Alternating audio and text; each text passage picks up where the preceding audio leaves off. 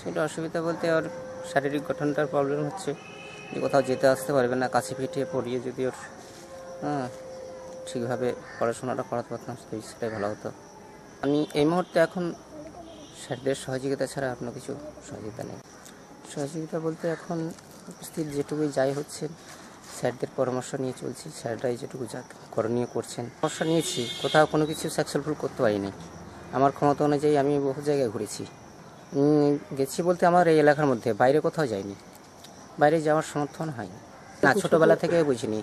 মায়ের কোলে যতদিন থেকেছে ততদিন চেহারা সুস্থ সবল ভালো ছিল। মায়ের কোল যতদিন ছেড়ে দিয়েছে তারপর থেকেই এই পরিস্থিতি। ওটা হয়েছে ওই 8-9 বছর পর থেকে। গ্রামের মানুষের সহযোগিতা এখনও উপস্থিত কিছু পাইনি। দুবার বলেছিলাম যে হ্যান্ডিক্যাপ কার্ডটা বার করার জন্য, তা ততবারই রিপোর্ট দিয়েছিলেন যে একসঙ্গে নিয়ে যাবো, 2-3 জনের হবে একসঙ্গে নিয়ে যাবো, এই কথাই বলেছিলেন। পঞ্চায়েতেরও সহযোগিতা কিছু পাইনি।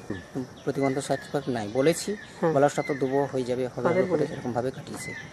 এটা আমি গেছি আদ্রাহাটিও পাঠিয়েছিলেন, আদ্রাহাটি থেকেও ঘুরিয়ে এসেছি, তখনও কিছু হয়নি। বললেন না, এটা বোর্ডে যেতে হবে, বোর্ডে গিয়ে তারপর পাবেন।